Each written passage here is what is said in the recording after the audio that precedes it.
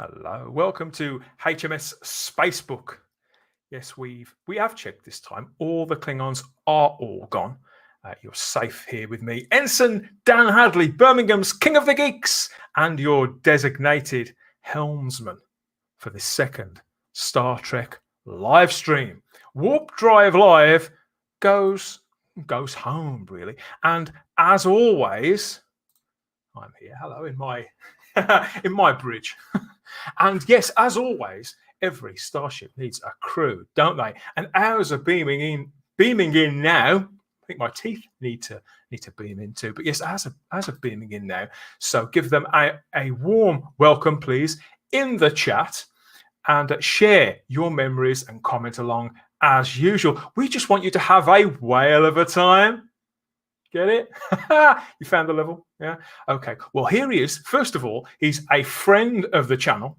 And he's, I suppose you could say that as a director and a writer, he's a master of all metaphors, really, isn't he? Whether they're colourful or not.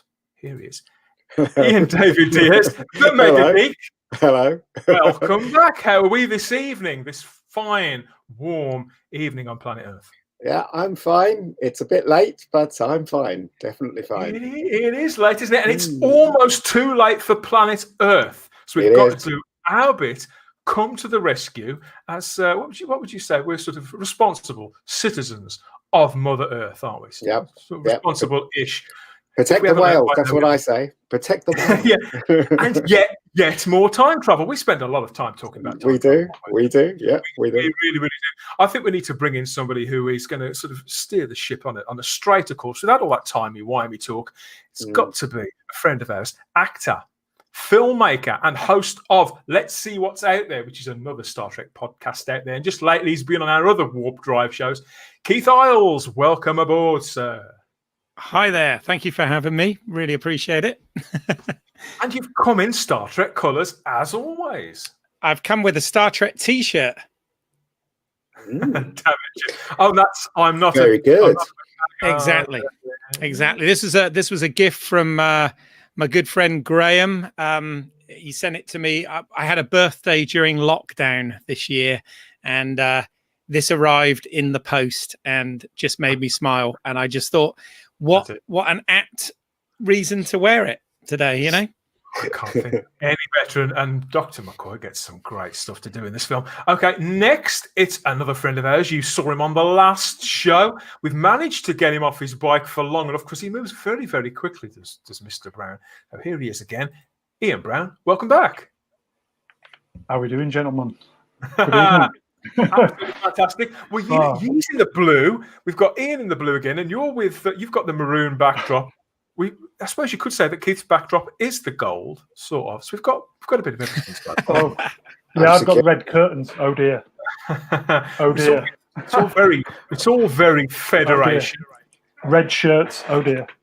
We've got Lord Thoth is in the chat already. Looking forward to it. Make yourself comfortable, Lord Thoth. We're going to have a few laughs as we did last time. Hope so. Yeah, and who have we got next? We're waiting on a couple of guests at the moment, but our the thing is with this film, guys, when we last met to discuss in great length a Star Trek movie, it was a different kettle of fish because I guess then Robert Meyer Burnett, he was coming at it from the point of he didn't like the film, did he? He really didn't like it, and it's that whole thing about the odd numbers curse. But here we are with an even-numbered film. And there is no confusion about this at all. Is that there's no discontent out there. Everybody likes this film, don't they? I can't think of anybody that I've ever mentioned Star Trek 4 to who hasn't started smiling from ear to ear, and that's whether they're a Star Trek fan or not, Keith. Yeah, no, absolutely. No, I mean, well, the thing with this one here in the UK was. It was actually marketed as the Voyage Home Star Trek 4. They actually changed they changed the posters, they changed the title card, everything, because it was trying to capture that wider audience rather than just the Star Trek geeks, as it were. Also, we must remember that it paid tribute to the people of the space shuttle Challenger. Yeah, that blew up at that time. So we'll come to that. We'll definitely come to that in a moment. But yeah, I mean, I think that the reason why they pitched that differently, particularly over here in the UK, is because although this was a continuation of what had gone before, and it built on that, with the story and the energy and the brand of humor in particular, because Star Trek had always been funny, but this sort of brought the levels up a lot, didn't it? And that whole sort of fish out of water thing, that comedy trope, it's irresistible, isn't it? I think that's why this sort of hit the way it did. And there's one scene in particular, I think, because everybody could relate to it, that people really, really sort of cherish, I suppose, and think back to. It does all of the above, I suppose. And our next guest, well, he was the focal point of all of that. So yes, by the miracle of YouTube this time, he doesn't need a bus ticket, but I hope he's learnt to keep the noise down after all this time, because it's one-time punk on the bus, in inverted commas, but full-time writer, director, and designer. This man is a creative powerhouse. Welcome aboard to Kirk R. Thatcher. I did the double salute as well. Oh, I actually did that. I didn't know I could do that. Well, great to meet you, Kirk. You with your left hand, what does that mean? Shouldn't we be doing that? Shouldn't we be doing that? It's something very rude. Cheeky. Cheeky. No, seriously, Kirk, we're chuffed to have you here. We are not worthy. Have you heard that one before? We know you've spent a lot of time in, chuffed. Worked in London a bunch, so chuffed is one I had to have explained to me a long time ago. But yeah, quite chuffed. It's irresistible, the opportunity to speak with somebody who isn't just like us, who sat and watched this film over and over and over again from the other side of the screen. The fact that you were there and the fact that you've done all the other things that you've done, seriously, we are delighted to have you here. But can you turn it down, please? Can you turn it down? I should just I should get a boombox. Because we know as well that what other people may not know is the length and breadth of your involvement in this film, because you were a producer on the film as well, weren't you? Yeah, well, it started. I actually worked on Trek 2 and 3 a little bit, doing creature stuff. I did the earworms, the SETI eels. I helped mold and cast them, and I was at ILM. And then the same on 3, I helped cast the what do they call them, a Tharg, the lizard dog, and I helped puppeteer the worms that come out of Spock's coffin. There's a shot in Cinefex of me, my arm up the worm with Chris Lloyd as Krug, like choking it. And I'm covered in a Tyvek suit because of Methacel. So I worked on the other 2 a little bit, but on Star Trek 4, and after the first draft of the script, Leonard was, they were going into early pre-production, basically rewriting the script, and Leonard wanted an assistant, like someone on his team, because the way this worked is Harv Bennett was the sort of writing producer. Ralph Winter was the actual producing producer, did numbers and budgeting and all that. And Leonard was the director, and he wanted someone on his team who specifically knew the production design, special effects side of filmmaking, because he'd felt on Star Trek 3 that he'd been not always given the truth. He just felt a little, I wouldn't say overwhelmed, but informed on how effects were going, and what I think they would tell him things that they thought, don't worry about it, we take care of it. And he felt, he wasn't furious, but just wanted someone on his team. And I just left ILM a year earlier. I knew everyone there. I'd done production design on rock videos. I'd made creatures and worked on Gremlins. The rock videos I'd done with David Fincher as a production designer. So I was kind of uniquely suited to this job. And he found me. I'd gone back to UCLA to take computer animation classes, because after seeing what they did for the Genesis device, and he does that very, very well.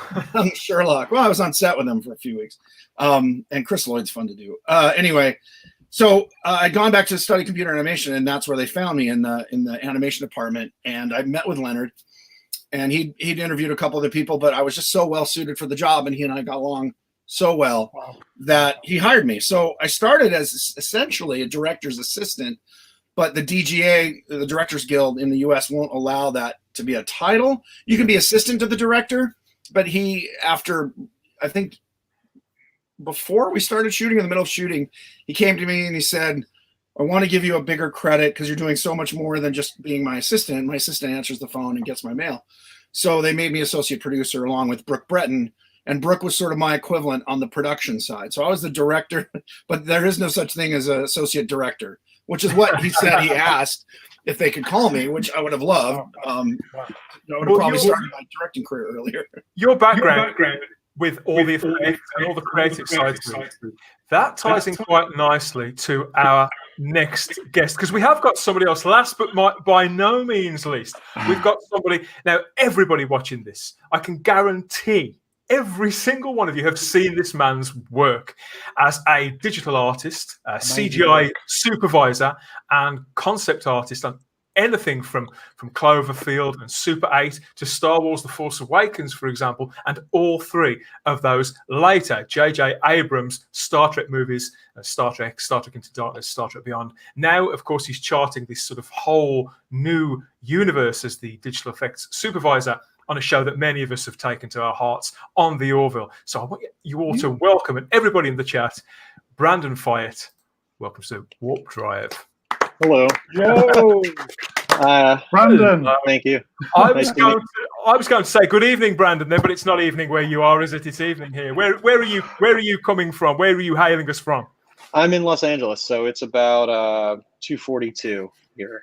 And that's the temperature in Fahrenheit, actually. Yeah, pretty much. I mean, it's pretty crazy. I'm actually now the visual effects supervisor for season 3 of Orville. So I took over the show for this current season that we're midway through due to the COVID scenario. Are you the only one left in LA then? Because everybody seems to be jumping ship over there. So we've been told. No, actually, LA starting to open back up again. So I think hopefully in coming months everybody will be able to start moving on their projects, and we'll see what's happening. I know that Film LA has seen a 34% uptick in permits. So, I think most people are leaving to work remotely on the visual effects studio sides. But for us that are studio side, I'm just waiting to get back on set. So, all right. I can't wait to see season 3, Brandon. That he's chuckling. You must know the show. It's really, really popular. The people who have taken it to their hearts, we really and truly have. And I think however long the wait is going to be, it's going to get a really great reception. So congratulations on the success of the Orville and all your work on it while we've got time. But listening to Kirk speak there about his background, what do you think of all that? I mean, does that chime with some of your experience as well? Well, I moved from New Orleans about 20 years ago. Started working at this little company called Bad Robot with JJ. And, one of the first things I did was actually design the Bad Robot. And we were kind of like this small little kind of patchwork crew of people. There was like 6 of us. And we had landed this project that was going to ultimately turn into the Untitled Cloverfield project and Star Trek. And the whole thing was like, it's like, how do you modernize Star Trek in a way that modern audiences would want to see it? And you got to keep in mind, like, on Orville, we have all of the Next Generation crew. We've got Andre Bormanis as one of our writers and science advisors. We've got Brandon Braga. Seth himself is huge Trekkie. So, I kind of feel like Orville is a spiritual successor to Next Generation to some degree. It certainly is. And we have a lot of Next Generation alums on the show. It is Star Trek. We've noticed. Yeah. But so for me, it was weird because, I went on Star Trek and I was joking with him, like, thank God no one's doing Star Wars again, because that would be a weird one too. And then a few years later, we suddenly start doing Star Wars. So it's like, oh, we're reinventing 2 franchises here. And then when I jumped on Orville, the supervisor, Luke, at the time who hired me on, I was like, this isn't a ships in space show, right? He's like, started laughing. I'm like, oh God. So I get in there and I'm like, okay, so I have to figure out how to design spaceships that don't look like Star Trek, that don't look like Star Wars, that don't look like Battlestar or Farscape or any of the other ships, to the point where, Fox's lawyers were checking every single ship that I designed against all of those. and still feel of the era. You know, when something is so much part of not just American sort of entertainment history and popular culture, but of a global thing over all these generations, it's very difficult, isn't it, to sort of detach yourself from that completely. So we think you do a fantastic job. Well, thanks. I mean, it was interesting to me because on JJ's Trek, I actually was really close with all of the researchers. So when we were doing all of the work on the first Trek and Into Darkness and Beyond, you know, I have a pretty decent knowledge of every single episode of every single season of Star Trek ever shot from, you know, some of it's kind of gone through time, but like Seth and I will go back and forth. But it's like, how do you take the Krill ships and not look like they're Cardassians or Birds of Prey? And, I'm actually, my only contribution to Star Trek as a whole is I'm actually the official creator, and John Van Sitters can attest to this, of the ancient Romulan language font and ancient Vulcan language font. We actually created them for JJ Star Trek. And I took the symbols that were used by you gentlemen who worked on some of the original films and TV shows, and I created a full alphabet from them. So there actually exists a studio approved ancient Romulan and ancient Vulcan font. Is that Mike Okuda's work? It was. It's funny because Doug Drexler's on Orville. Oh, yeah. Doug's great. What a sweetheart. Oh, Doug's the sweetest man in the world. And so it's funny because, Doug and Andre and I are geeking out about Orville related things that are to be coming. And then Mike will chime in through Doug. I've never met Mike yet, but I'm always circling him. He's great. He's a walking encyclopedia of not only Trek, but graphic design. I'm amazed they haven't hired him on the Orville. I mean, you guys have those displays. I think we were pretty close to, but Doug's been handling most of the displays. Right. So most of the displays are Doug and Kit and Lex and all of the wonderful people on Lineweaver's team. And it's like, in Orville, we don't actually put names on anything. So if you look at all the displays, we don't actually say like, Phaser Bank or what have you. It's always just kind of gibberish. Why numbers, pin letters. it down this early in the fictional universe? People have got decades to do that, Brandon. Well, we learned our lesson. We learned our lesson because one of my artists, Taylor Falconberry, and I created the Krill font, and Tom Constantino, as one of the producers, released the font to all the fans. And we found out in season 1 that one of the designers was actually putting her name in all the fonts and writing her name on all the screens in Krill. And so we're like, okay, this is not going to work for us. We're going to have some great stories this evening. I can tell. I would imagine you've seen this film, Star Trek 4, quite a lot, Brandon. So anything that we talk about, we're going to mention the effects quite a lot because this film has got pretty much everything in. I'm sure that the chat will probably have some questions for everybody as well. There's a few people here watching, and yes, we have. Who have we got? Yes, we've got lots of people checking the time, and we've got Kira Wright. Hello, Kira. This movie is my favourite in the franchise. There you go, and she looks very serious about that. She doesn't take these things lightly. Hello, Kira. Nice to have you with us. Yes, here we are. Phasers on stun for this one. Star Trek at this point hadn't had the easiest of translations to the big screen, had it? We talked about this a little bit last time, but by 1986, audiences all over the world had positively lapped up the last two films with increasing relish, and the cast had never been more visible broadly or beloved. William Shatner was very successful on T.J. Hooker, for example, wasn't he? And Leonard Nimoy, this birth of him as a director as well as a star, that was opening up all sorts of avenues for him too. But Star Trek 4, I would imagine that there was never really any question about whether that was going to happen or not. And yet again, this was devised by Leonard Nimoy and Harve Bennett as a story, wasn't it?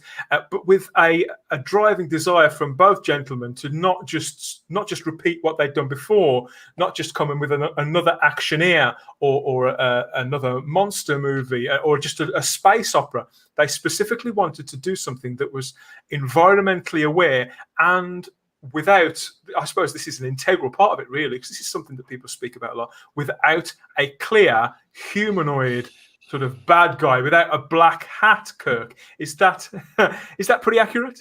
Yeah. Yeah. Absolutely. I think Nick Meyer said it best. He said it's the only Star Trek movie where there is no bad guy.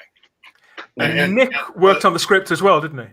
Nick did, yeah. So Harv wrote I said the bookends is how I say it. Harv wrote all the 23rd century stuff.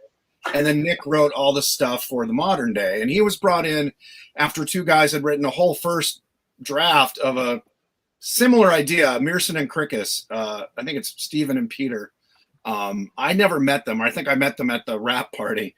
But they had done the first draft, and it wasn't that it was bad. It was more of a caper film. And Eddie Murphy was a huge Trek fan.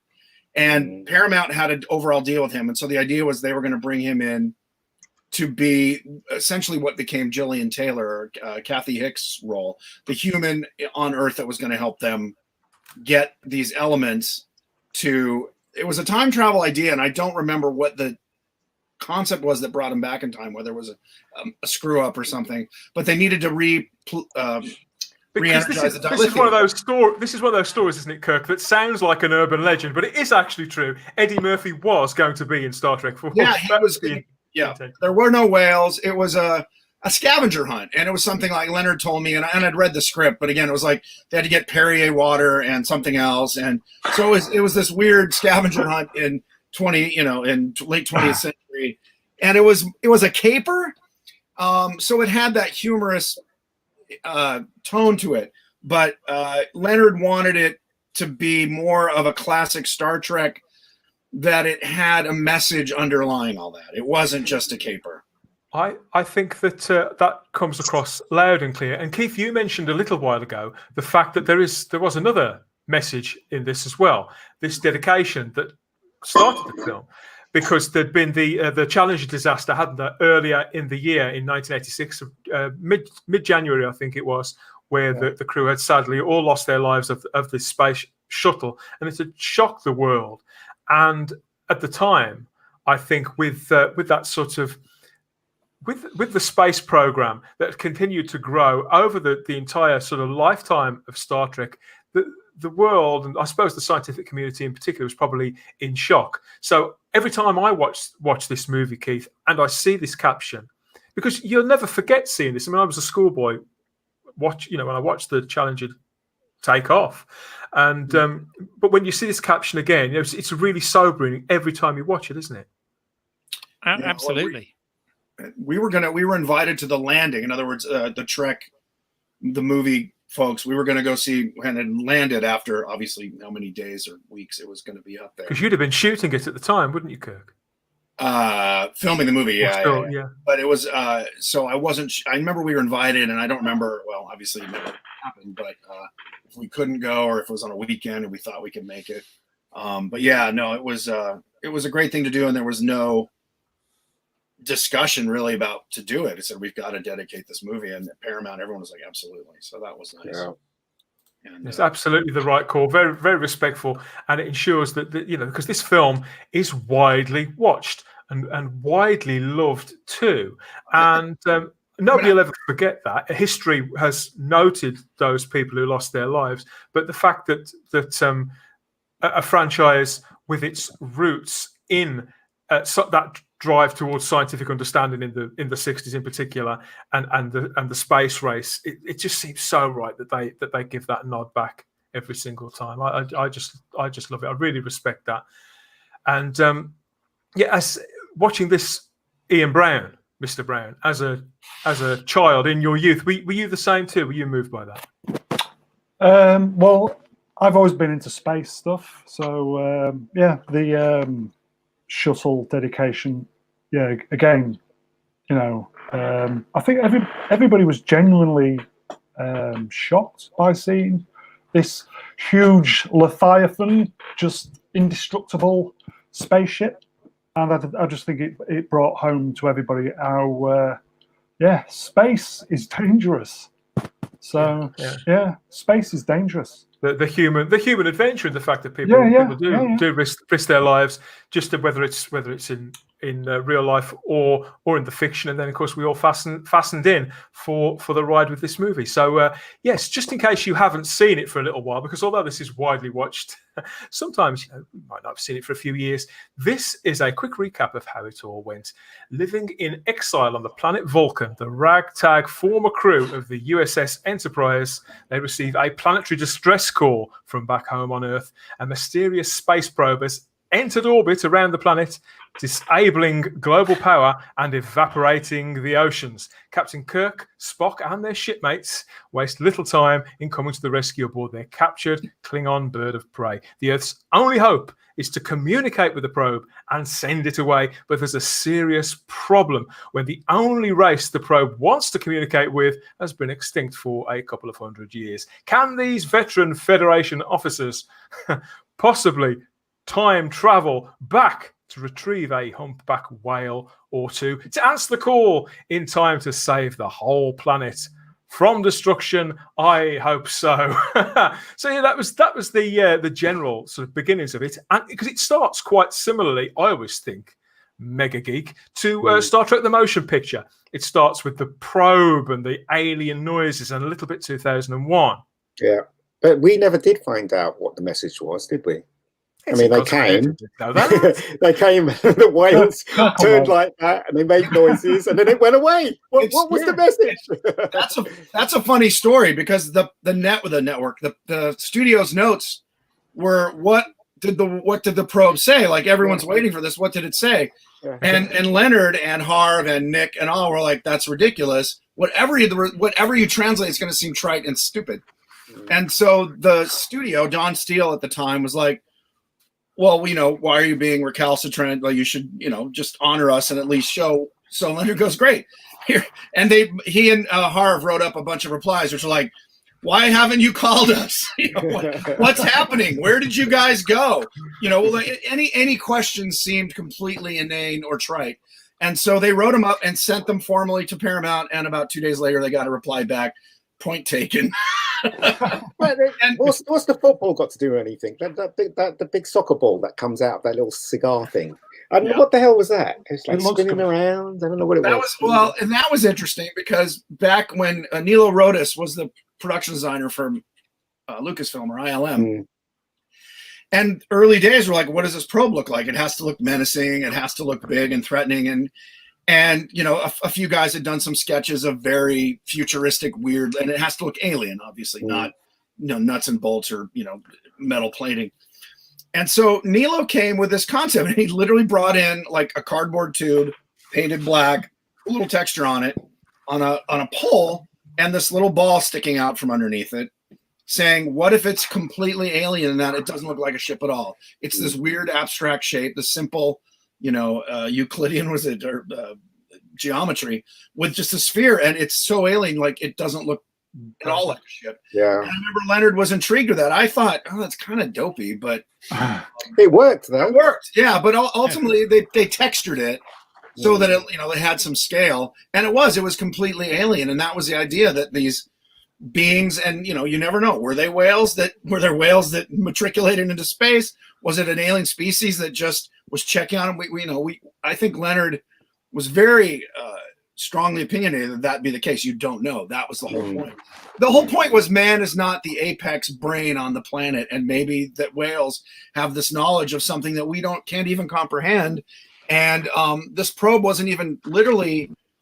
The idea was, it wasn't destroying the Earth. It was just searching for the whales that was causing all this damage, that it was unaware, because probably the last time it communicated with whales, there weren't any humans, at least. I guess it could be a tennis ball, because Vijay Armatraz was in it, wasn't he? At one point. Well, apparently Ralph McQuarrie worked on some of the designs for all of this, and there were 3 different models. Brandon, how can you remember when you first saw Star Trek 4, and did you notice, and was any of this an inspiration for what you do now? Oh yeah, there's a lot of inspiration for what I do now. I constantly quote a very specific scene where I go, "Hello, computer." I wrote that. Keyboard. I wrote that. Dan, we've got the still. Remember, like literally. I wrote that. There you go. I'll literally. I'll literally sit in the office and start talking to my mouse and go, I hello, had computer. just gotten a Mac 128 computer, and so the gag was they go into the office. I said, just for me, I said it's got to be a Macintosh. They're graphically oriented, and so what the idea was that Scotty sits down and starts typing, and I said to Leonard and Harv, I said, shouldn't he talk to the computer because he doesn't know it? For in his life, that's what you do. You talk to computers, and they that's great. And then I said, well, the mouse looks like a microphone, so you should pick it up and talk to it when it doesn't respond. When Henteloff says use the mouse. So I was super chuffed, as you guys say, to have that gag put in the movie as a Mac user and a computer user of the 20th century. There we go. Yeah, there you go. That's literally that and the whole point of the transparent aluminum or aluminium scene just made me. I joke about that in Orville. I'm like, all of the windows are made of transparent aluminium. Brandon, Somebody, thank you for saying aluminium. Thank you. Yeah, you saying that for us, for the British guys. Aluminium. No, thank you. I you know. So it's funny. I was the temp voice of Scotty for a couple scenes in the first Trek for Simon Pegg's Scotty for JJ's Trek, because I would just have to get down. Seriously, Kirk, we've got to move faster. It's not gonna happen. So it's just, I always love Doohan's stuff, and I'm really close with Nimoy's grandson Spencer. Cool. I'm actually helping him right now on his first film, Spencer Schwartz. But it's I love Leonard. He was the greatest person. Julie's son or Adam's son? Julie's son. Julie's son. Yeah, I mean, when I met them, they were. Oh yeah, itty bitty. No, he's 20. He's 29 now. 28. So it's quite funny because on the last stream we were laughing at the costumes in Star Trek 3, and I'm still laughing at McCoy's costume this one. They're just, Jesus, they could have got a better design. But yeah, it just looks weird. There was some during the making of the film. I understand that they were considering putting them in contemporary clothes. Oh yeah. And then they changed their minds because they didn't look that out of place. The textures. Kirk saying, yeah. Were you part of that as well, Kirk? No. I just remember the discussion. I didn't have a lot of input on wardrobe. Aliens at the UN or whatever you want to call it. Yes, but not wardrobe. I remember seeing the very first picture I saw from this film was Leonard Nimoy and William Shatner walking down the road, and he looked like a monk. And obviously he was wearing uniform, and I think, what the hell's going on here? Because there was no information; it was just a picture. And I thought, oh, they're on Earth, and this looks weird. Maybe it's just a picture from when they're not filming. Maybe they're just walking down a road. Then obviously I read about it, and it was like a time travel thing, and that piqued my interest, obviously. But yeah, I have fond memories of that film. Very, very because fond memories. Star Trek had done time travel before, but only very fleeting, hadn't it? In the original show, stories like Assignment Earth and Tomorrow Is Yesterday and all that sort of thing. And there was always slightly different methods of how they got back there. It was always a bit of a grey area, really. I wouldn't say it was inconsequential, but it was more important the story that was being told. Whereas here we get that scene, don't we? You must have lavished lots of attention on this, Ian. The from storyboard right the way through, where they time travel back to the 80s, and you get this sort of really trippy sequence with all the floating heads and all the mist and everything else. They've been really lucky, though. Let's when you think about the movies that they made. I mean, obviously, motion picture was big and it had a huge budget, but then Russell Khan, the budget had to come down, and then with Star Trek 3, the budget came down even more. As far as I know. And then with this one, they were really lucky, weren't they? Because this was a different tone to the rest of them. They've been really lucky with every individual film. Were you lucky, Kirk? Were you lucky? I got lucky. I bet you did, particularly in that hat. No, it was the orange mohawk. I stood out in bars, so yeah. But do you get people wanting that track from you? Yeah, ever since it came out, they were originally considering putting it on the first album, the soundtrack, and then they just didn't think it was that. Obviously, it's like a minute.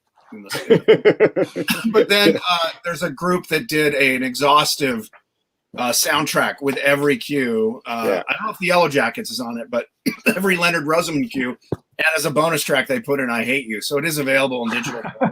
I love the way your eyes roll when Spock does I thought, well, it's kind of like a minor grand mal seizure. So yeah, I was going to hold fire on this for a little while longer, but we might as well talk about it. So yes, here we are. Here it is, Kirk. Here you are rolling your eyes, and these pictures are hilarious. What do you think? Can you remember what you were thinking on the picture on the left there with William Shatner? With Bill.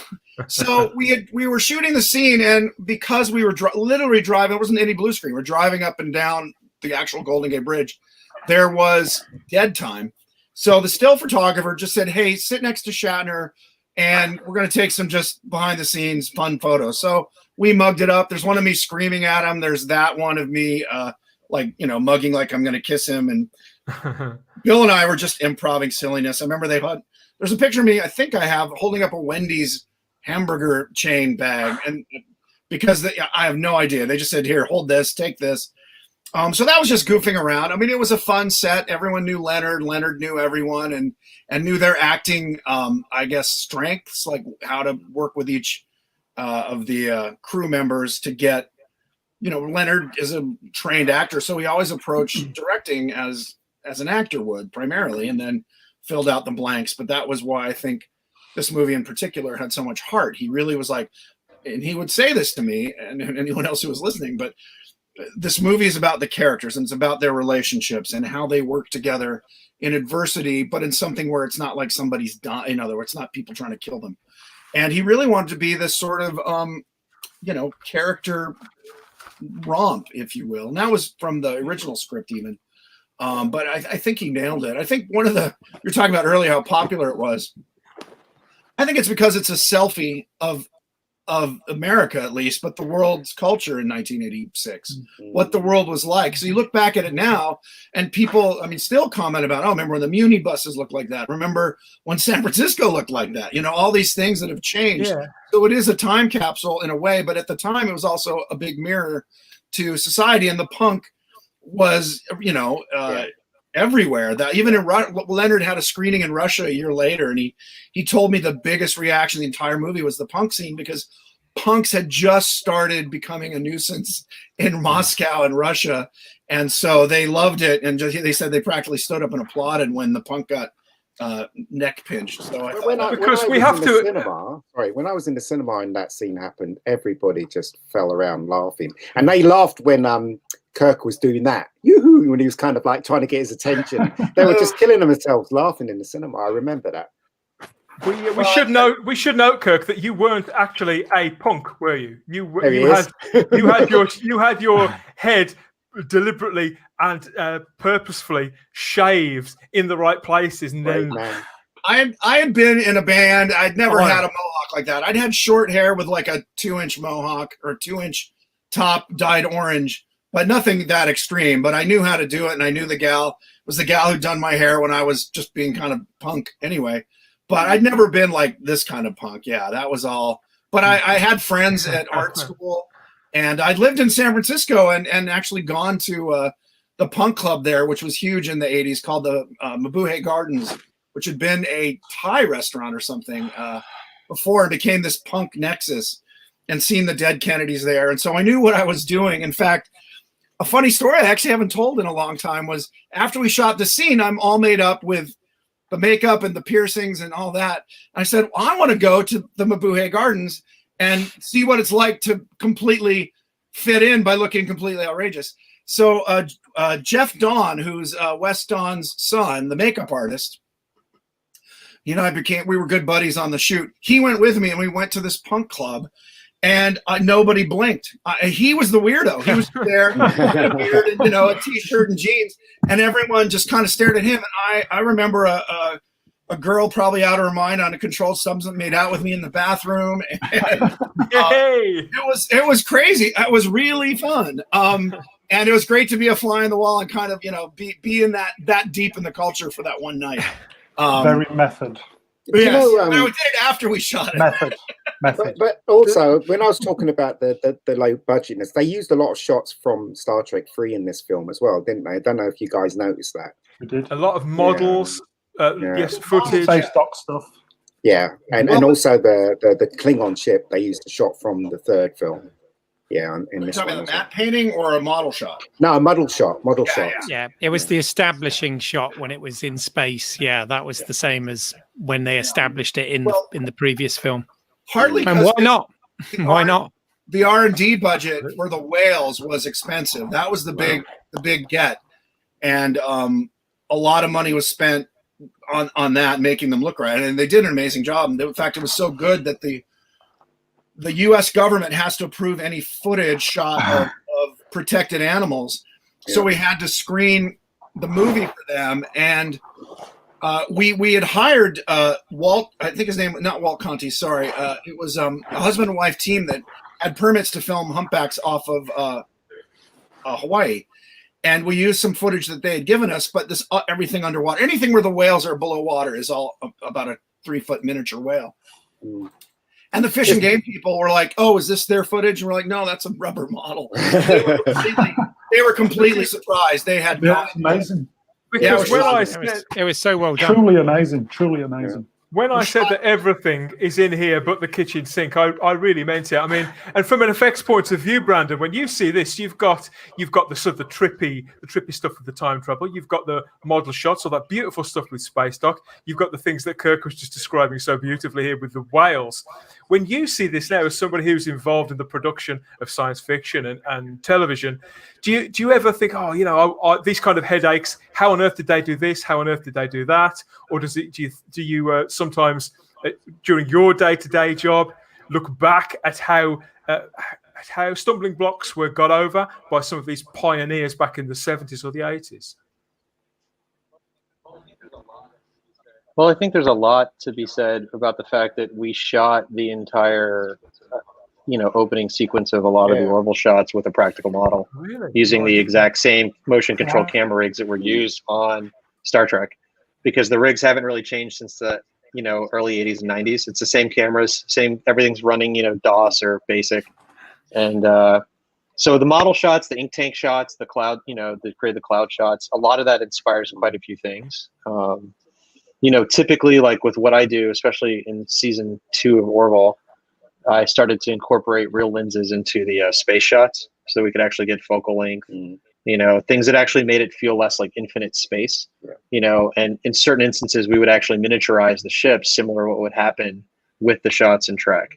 Yeah. And I think a lot of that influences everyone, because what's better than having a real model that's been greebled out, that's been painted, that is physically present over the CG. And I think a lot of what you fight with CG models is the artificiality of it. And I think the realism of creating and lighting things on a set with Kinos, with 2Ks, with everything done in a traditional manner, if you translate that into digital ships, it adds a bit of realism and weight that you don't necessarily get in a lot of modern CG, especially on TV shows. Yeah. So for me, I'm influenced by a lot of the tank work, a lot of the motion control setups, 2001, but specifically I'd say, Search for Spock, I'd say, all the Mutara Nebula stuff that happened that was recycled for Next Generation, where they reused some of the same shots. And, obviously the whale shots and Search for, in this movie are just beautiful. And, some of the Search for Spock stuff, it's just, all of it is just, you notice that when you're watching the Blu-ray of Search for Spock, how beautiful the models really were. They just look fantastic, absolutely fantastic. And I take my hat off to JJ. He did something really special with the movie. He made out like you had the camera on your shoulder when you were looking at space. So, which I thought was quite unique. So basically, see the stars, but the camera's weaving around. It's like somebody's literally got the camera on their shoulder, videoing the ships. It was quite. You got to think about that as kind of like the change in the times, right? Like the cameras with film that you had to load on the old Panavision cameras, you couldn't miniaturize or get things without building a really large physical model to generate that type of shot. It would have been just blowing your budgets, as Kirk's aware. Building things, no matter what, always has a cost associated.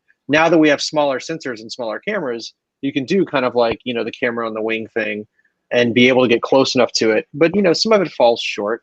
I think, it's an ever expanding thing. And I tend to approach most CG for ships and space shots based on practicality, because I have shot a lot of real, elements, and I scan all of our lenses and do digital recreations of all of our Panavision lenses down to the way that they create flares.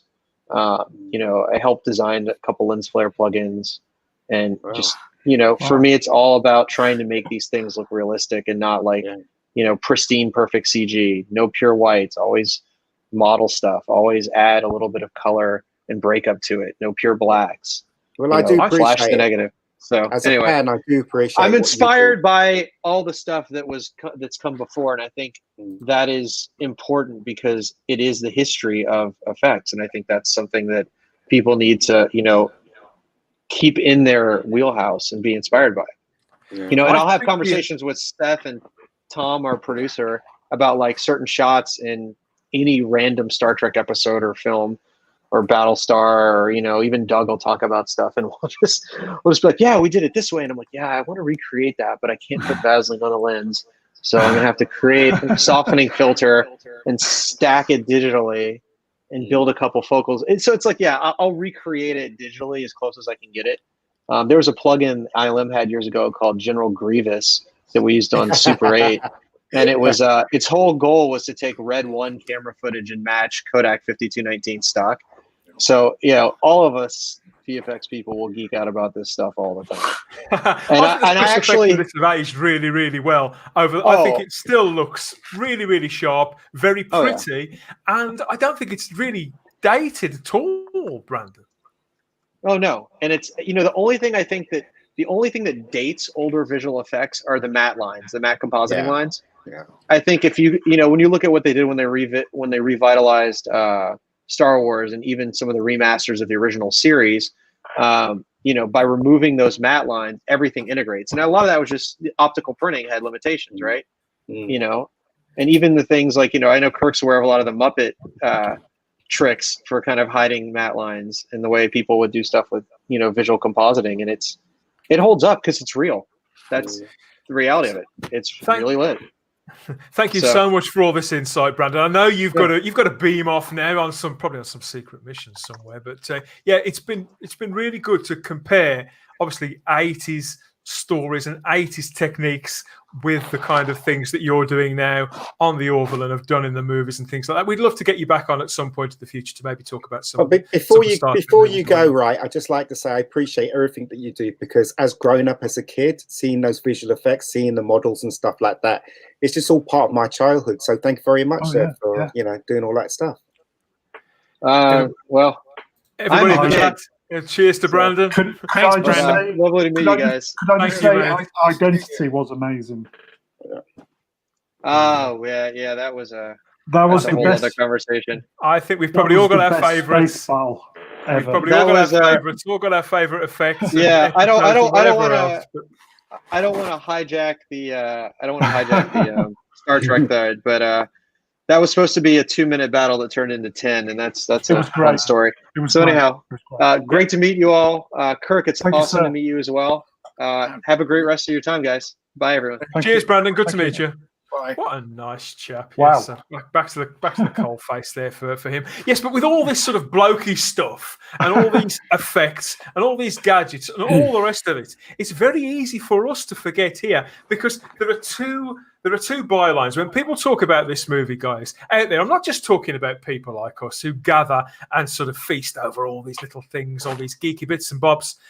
Out there, the general public, the normies, as we call them, Kirk, believe it or not, they love this film too. And it tends to be known by one of two phrases. They either call it the one with the whales in it, or they call it the first Star Trek date movie. Now, none of us can argue this absolutely definitely is the one with the whales in it. They're everywhere. They're fucking enormous. There's definitely whales in this film. But the stuff about it being a date movie, is this really a date movie? I'd like to know, anybody watching this video now, if you did go on a date to see Star Trek 4, either back in the day, or now, do you take it round on DVD maybe and go and watch it on the sofa for a date night? whatever else. If it's your date movie, you let us know in the chat, and yeah, definitely let us know how you got on that night. Yeah, okay. I'd love to know. But have you heard that before, Kirk? That people do view this as something that translates to everybody, whatever your gender, whatever your age group. I've heard that people have taken date. Basically, I've heard Star Trek fans would take their non-Star Trek dates to it, and I guess their reaction was, and he or she really liked it, as opposed to, because they, classic, like, yeah, after Wrath of Khan, if you're a Star Trek fan, you want to bring and you brought your date to that movie, they'd be like, it's so inside baseball. I don't know who Khan is. I don't care. It's weird. And everyone's overacting and you seem to love it. Whereas I think Trek 4 was a fun movie for anyone, as you mentioned. And I think they were like, oh, it was the first Trek movie. A lot of people say it was the first Star Trek movie they ever went and saw in the theaters. They'd seen the TV series. And I guess the word got out that it was a fun movie, not just for Trekkies. And but yeah, so in some ways, I guess I've never heard anyone call it the date movie. They all call it the one with the whales. Oh, the whale movie. The Star Trek whale movie. And here we have Lord Thoth. He's steaming in again. Took my wife to it, and she actually enjoyed it. So I hasn't said how he got on, but if she enjoyed it, I reckon he probably had a good time. Where's his wife? Well. Yeah. That's obviously gone down all right. But yeah, this movie came out in late November of 1986 in America. Everybody, and most of us were in England. Can you believe this, Kirk? We didn't get this film for another 6 months after you guys. We were forced to wait until the May of 1987. That's why I always forget. I was associated with 1987, but it was 1986, and around the same time, these were the films that were in the cinema. And there you are on the left there, Kirk, immortalised in paint on on one of the posters. If I had $1 for every time someone bought that poster, I could have retired. They bring it over. Which bit do you have to sign? Where do you sign generally? Oh, I've only signed that poster once. It's funny. Oh? I've signed some DVD covers. Not a lot of poster. What's funny is I've never been invited to a Trek convention. I've been to the Star Wars one once, the big celebration, and I've gone to Comic-Con and general conventions. But the big Star Trek convention we have in Vegas has never invited me, and I even proposed for the 30th anniversary of Voyage Home, doing a panel with Brooke and Ralph Winter and Nick Myers, if we could get them, and they were like, "Nah, we're good."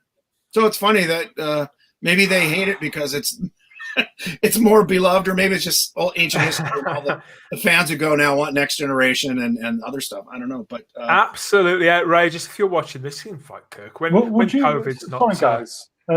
So would you say the Brits picked up on the punk thing better than the Americans?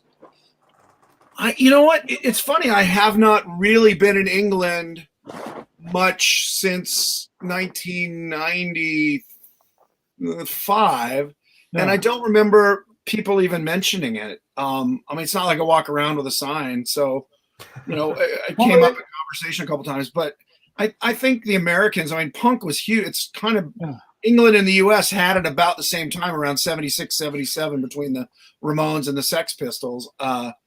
And so I've not noticed the Brits.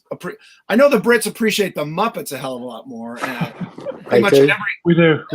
Every English-speaking country outside of America, Canada, Australia, New Zealand, and England, or the UK, all love the Muppets way more than Americans do. I mean, Americans like it, but you guys love it. So I noticed that a lot more, that if I say I worked with the Muppets or worked with Jim Henson or something, I get a lot more kind of like, oh, wow, that's amazing. I think it's that sense of anarchy, Kirk, because you've written for the Muppets, haven't you? You were one of the writers on Muppet Treasure Island, and then you directed some of the TV movies afterwards? Yeah, I co-wrote Muppet Treasure Island. I've actually written like 5 Muppet movies, but it's the only one that got made because you get paid to write movies, and the Henson Company was going through a bunch of stuff. So I've written a bunch, but yeah, that's the one that got made. I co-wrote that with Jerry Jewell, who was the head writer for the series, and it was a blast. And it's very much, I've said this before in interviews, it's that and the show I did recently that was not Muppet related are the most, or closest to my sensibilities. That really silly, as you used, anarchy, which is why I love the Muppets. I never cared much about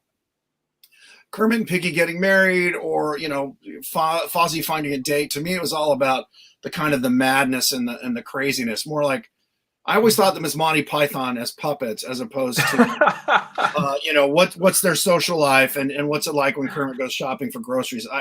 I think that can be funny, but it has to go to 11, as opposed to this small interaction between the characters about how much they love and care for each other. I don't think that's bad, but I think, to me, you need both. It really is a yin and yang, and because so many people have this warm place for them, and like, oh, they're, you know, they love and care, and I love them, and that's all great, but they tend to forget that they're also insane and aren't. So for years, I was the voice of, yes, but it's funny, and they need to be more crazy, and they'd be like, well, you know, but we don't want to scare the kids, and that's a little too crazy, and so I've been frustrated for years. I mean, especially after Jason Segel made his movie, which is sort of like an FU to everything I'd worked on. Was like the Muppets were dead for 20 years, and he said that in print. He's like, I think the Muppets have been crap since 1990, since Jim died, and so my movie's supposed to fix it. And I was like, well, thanks for. No, it wasn't.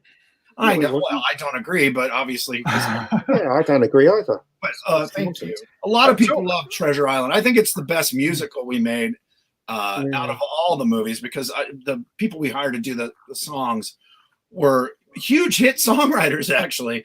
Man and Weil, Barry Mann and Cynthia Weil. And they had written a bunch. If you look at if you IMDb them or just Google their names, they were huge hit songwriters from like 1967 to about 1980 something. And they so got the Muppet vibe, and they were an amazing pair. Cynthia's very New York, very stylish, very collected, very cool. And I don't mean cool as in not warm, but cool as in calm and collected.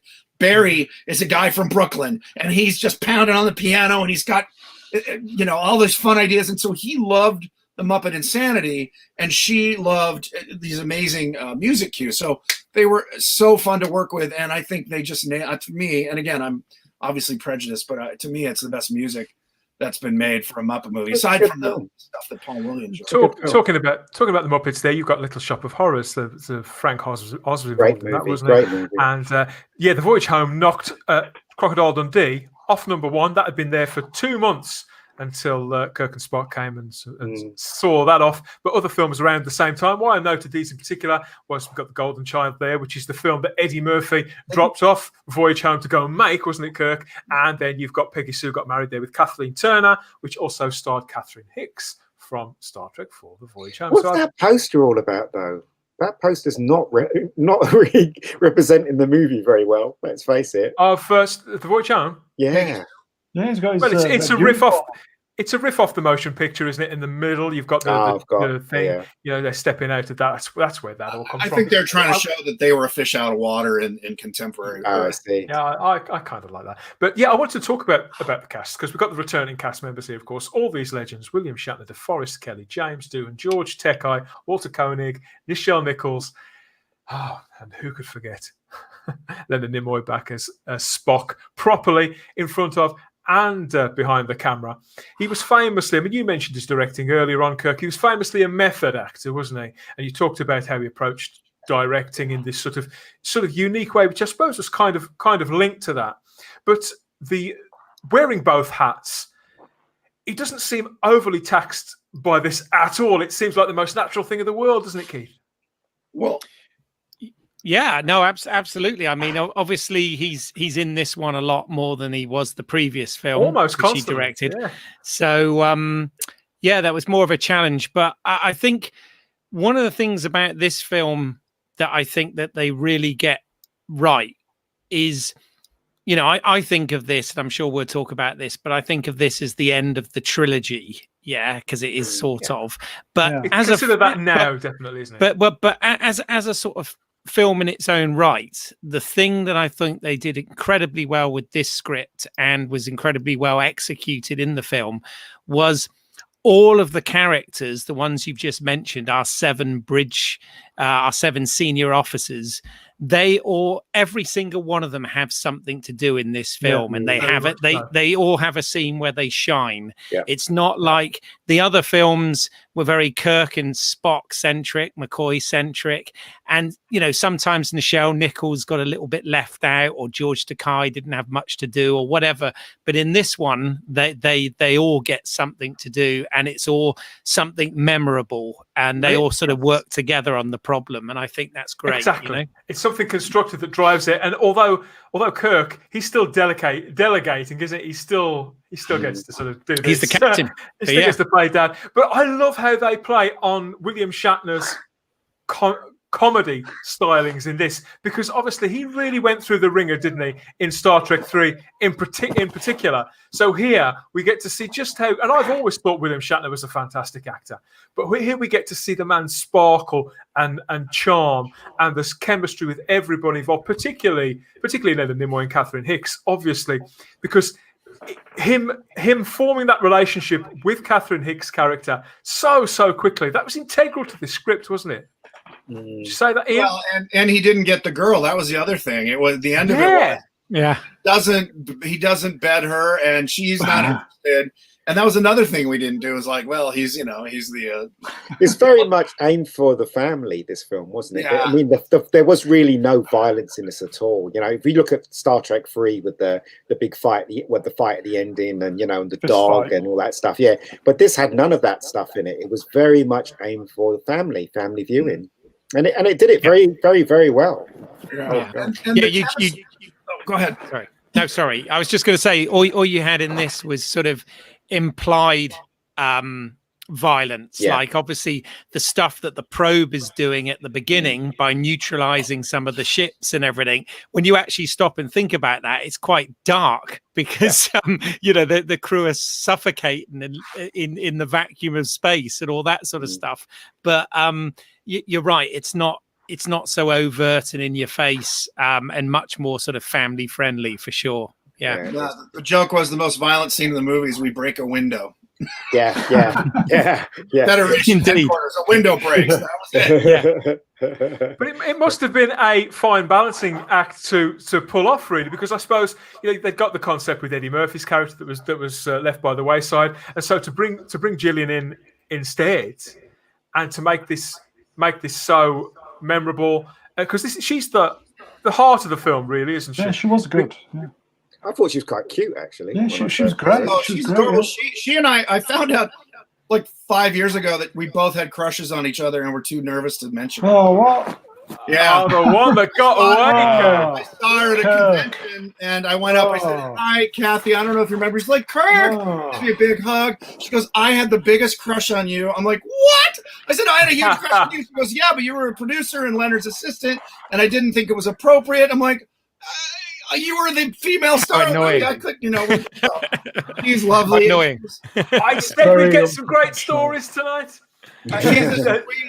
She's as sweet on camera or off camera as she is in that movie. She's just a very loving, sweet person. She actually told me she married, the guy she married was a makeup effects guy who's a long-haired creature maker, which is what I'd been before. And she goes, I'd been dating actors, but then I realized, like, I like guys behind the scenes who know how to do something, and they're still together. So it was I met him. I won't say his name because I don't embarrass anybody, but I guess you can. I said, you're lucky because you're the reason she married you is because I warmed her up to guys who weren't good looking, not necessarily good looking, but guys who were actors. And like the Mohawk there. Yeah, so Catherine Hicks is the standout of the guest cast. It's not a huge guest cast, is it? And she's got all that stuff to do, and the real heart of the piece, and to sell us, and to never let us lose sight of that environmental message. And she's so impassioned about it. I think it's such a believable performance. Whereas and obviously Kirk does flirt with her, but he's an older guy at that point, isn't he? I can't remember how old William Shatner would have been. Probably about 50. It's mid-50s. I think Leonard was 53, so Bill and he are about the same age, so they're mid-50s. Because it never gets creepy. Of Kirk had just had his 52nd birthday at Wrath of Khan, and this is just a few months later, isn't it? So, there's life in the old dog yet, but it never gets creepy. That's what I like about it. I also love that you brought back Mark Leonard and Jane Wyatt as Spock's parents for this. We've last seen them actually in Journey to Babel, wasn't it, in Star Trek in 1967, whenever that was. So the same actors returning to the same roles there. And those scenes on Vulcan at the beginning, I mean, we're darting around a little bit around the movie itself here, but those scenes on Vulcan between Spock and his mother in particular, a lot of people can relate to that too, I think. It's really sophisticated script, this. Agreed. Well, there's a couple things that I think fans have winnowed this out, but since we're talking about it, about script stuff early on, Saavik was supposed to be pregnant. That was yes, I was going to ask a show of hands about that. Because Robin Curtis does return, doesn't she, as Saavik in this? But after the introduction, after the first 5 or 10 minutes, she leaves the scene. Yeah. And so yes, I thought this could be an urban myth as well, but it doesn't sound like it is. That's been speculated in the past, that she remained on Vulcan because, not out of fear of returning to the Federation, because she was pregnant with Spock's child after a night on Genesis. So Kirk, you're saying there was some truth in that. Well, yeah. In fact, there was an extra bit of dialogue between their little send-off that was clipped. In other words, they shot it to have it, and then they thought, you know what, it's too much of a giant story point to just leave and then do this other movie. So it was considered, it was written into the script as I wouldn't say a red herring, but an open-ended line, and then it was excised out and never brought up again. So I might be wrong about this, but I believe it was actually in the novelization that they did of this. I think I might have that wrong, but there's a hint of it at the end of 3, and so they were paying that off to kind of tie the linear story together, and then they just ran away from it and took it out for obvious reasons, or else that would have been the storyline of Star Trek V. Spock's baby. Spock's baby. Well, it's funny because Leonard did three men and a baby. Yeah. I told him that could have been Star Trek V if you'd left that. He thought that was hilarious. Kirk, Bones, and Spock trying to raise a Vulcan baby in space in a campfire. Yeah. I've heard way silly. Let's be honest. I'd watch that. I'd watch that, Mr. Brown, would you? Yeah, I'd watch that. Yeah, I'd watch that. It'd be a cracking movie, that would be. The only thing that spoiled this movie, in my opinion, was the music. I didn't like the music. Because James Horner didn't return for this, did he? No. He was offered the chance to return after those Star Treks 2 and 3, and they were so distinctive. I've always liked the music in this one. Yeah. Why do you feel differently? It just doesn't have any power. The music doesn't have any power. It feels very flat. Especially the opening credits, and when the music was playing, it didn't lift you up. It just felt, the whole thing felt flat. I disagree. Leonard Rosenman was the guy who provided the music. I think it was just designed to be sort of like the film, slightly lighter in tone. Yeah. But I remember I was always disappointed that they didn't use the James Horner theme, just because I'd have liked to have had the trilogy, as it were, have some sort of continuity with the music. But yeah, I mean, this music fitted the tone and style of the piece, I guess, and it still had some. Even when they had the flashback in the beginning, they obviously took out James Horner's music, and they had his what's his name music over the flashback. Leonard Rosenman. Yeah. Well, Leonard was friends with Leonard Rosenman, and Leonard Rosenman had done Barry Lyndon. He'd done Beneath Planet of the Apes. He was not like some nobody.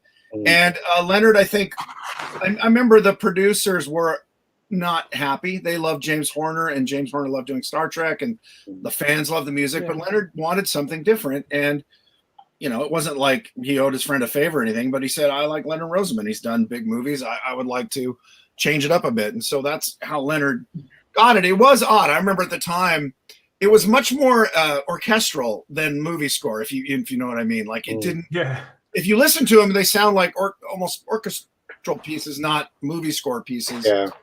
Particularly the Chekhov chase scene, which is like a Russian, and he even said, Leonard Rosenman, he's a smoker, and he had this kind of, I'm going to do it like a Russian There's some term for a Russian dance or something. I was like, oh. To me, it just didn't have it just didn't have the breadth of the other, obviously Horner and the rest you're of them. not alone in that opinion. I've heard that from other people. Yeah, he's a lovely guy, and it didn't hurt the movie, but yeah, it was a different take. It was just Leonard wanted to mix it up a bit. I think he felt he'd done everything the producers had wanted him to do on 3, and I think he wanted to, you know, flex his power a little bit and say, I don't want to make just another of your movie. I want to make my movie. And, you know, and again, one of the reasons he hired me or wanted that position filled is that he wanted people in his corner that were loyal to his vision, not what. Yeah, sure. Yeah. And he, you know, in the first movie, he was his first big directing gig.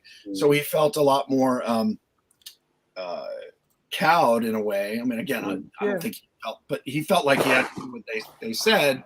To appease not only the studio but the producers, and I think after the success of 4, obviously he had a directing career, and a lot of us. I suppose another area in which this is completely different is the fact that there's so much location work. There've been very, very little location work on the earlier films, hadn't they, Kirk? But here they spent 10 days in San Francisco, getting all these unique shots. I mean, you mentioned earlier on how San Francisco looks like so much different now, or whatever else. But it really embeds the film, not just in the time, but in the culture as well. Little moments like this where we don't necessarily need to hear every little exchange. I can't remember how much we see or how we don't see. Yeah, this is the only film that had a swear word in it, isn't it, Keith? A swear word in this film, right? What's the swear word that Kirk says? Oh, what, when she's saying dipshit and stuff in the thing? Double dumbass. Double dumbass on you. Double dumbass on you. The colourful metaphor. I remember when me and you went to see it. We went to see the 4. Was it the 4 movies? Remember? Yeah. We was laughing at that scene. Double dumbass on you. Double dumbass on you. The line that still kills me in Leonard's delivery was like when they're on the bus right after the punk bit. But it's like he says, "Captain, I noticed the use of more colorful metaphors." He goes, "It's in all the great literature of the times, the works of Jacqueline Suzanne and novels of Harold Robinson." That's a good impression. That was Nick Mayer, wasn't it? But Leonard's reaction is like, "The Giants." Yeah. Still plays me, and that's Nick Myers. That's Nick Myers. I was going to say that was Nick Mayer. 100% Nick making fun of what popular literature was at the time. Yeah, and as an author himself, I think, but that's still their timing on that. And that. So you asked about Leonard wearing 2 hats. Yeah. Watching him film the scene in the truck with he and Jillian and Captain Kirk, or he and Shatner and Kathy. That so much of that is ad lib. Do you guys like Italian? Yes. No. Yes. No. We no. Love that. I love Italian. So do you. So do you. That was all ad libbed. Originally, it was just you guys like Italian, and like Spock shrugs, and you know, Shatner goes, yes, or sure, and they just had fun with it. And I think that's with all the characters, with Bones and Spock and Scotty, and all of them got to have fun, as you mentioned earlier, as character, as opposed to always like Captain the Klingons or Captain the Captain the dilithium crystals. They got their moment to just be themselves, not facing the end of the world. And I think that's what makes it warm and fuzzy.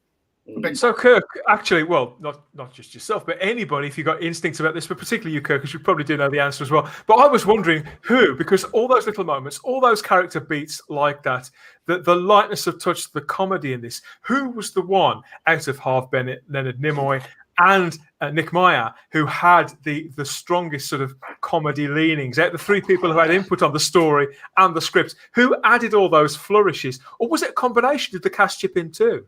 I mean, anybody know any stories about that? It started with Leonard and Nick Meyer's kind of acerbic wit, about making fun of things. But that sense of community and that playfulness came from Leonard's desire to make a movie with that tone. And it's all, you notice it's all in the 20th century stuff. It's not in the 23rd century. That's all classic. We've got a problem. People are dying. We've got to save the day.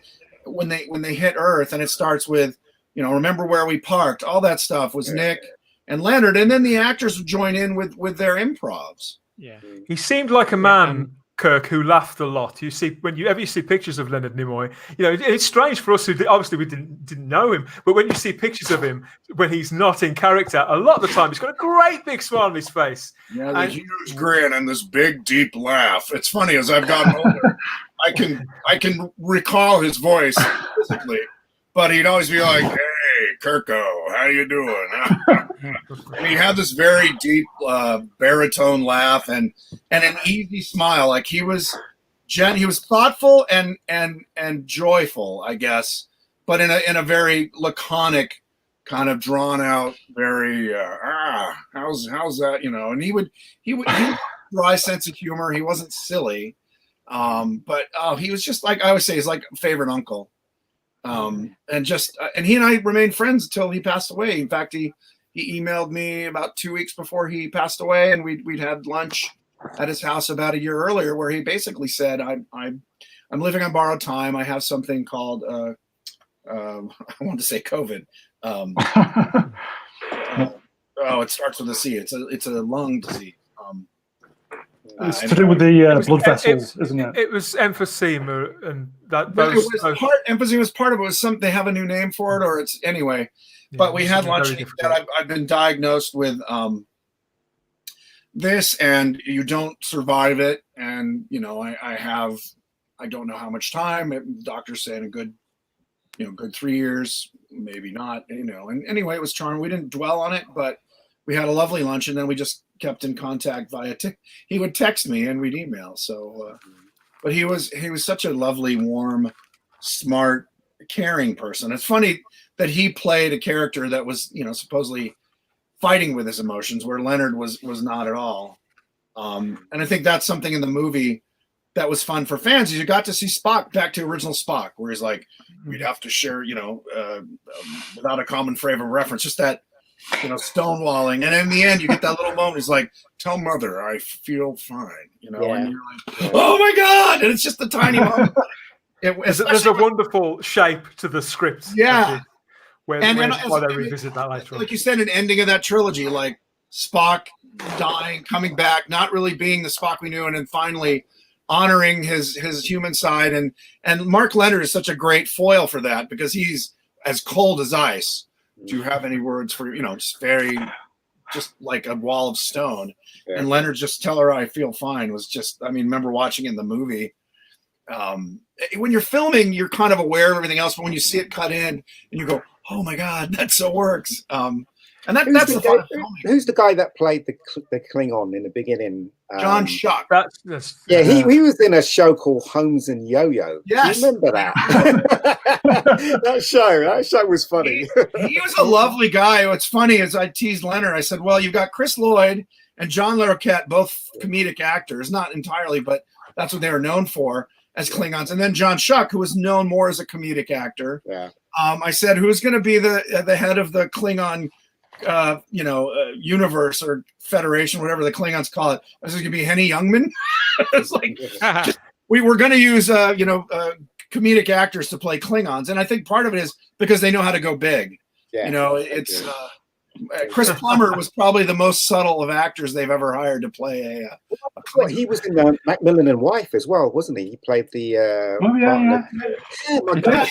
just going back to the sense of humor a little bit. Another thing I like about this movie is how some of the challenges of it, I suppose we're back a little bit to visual effects work, but how some of the challenges of it are turned into sort of strengths. So this is something that Douglas Adams, for example, would definitely have approved of. We've got an invisible spacecraft in this, and although we have the cloaking devices established in Star Trek in the past, here it's a great way of them being able to hide the Klingon ship on planet Earth, and for Gillian in this case to just sort of disappear into thin air like that, and to give it that magical quality mega geek. It's a magical film, isn't it? And it is moments like this. It is. I love this scene, and I love the idea that nobody went through that park and bumped into the ship. I think that's every time I watch it. Every time. We did joke about that. It's like I said, you want to see a guy like running for a frisbee and just going bonk.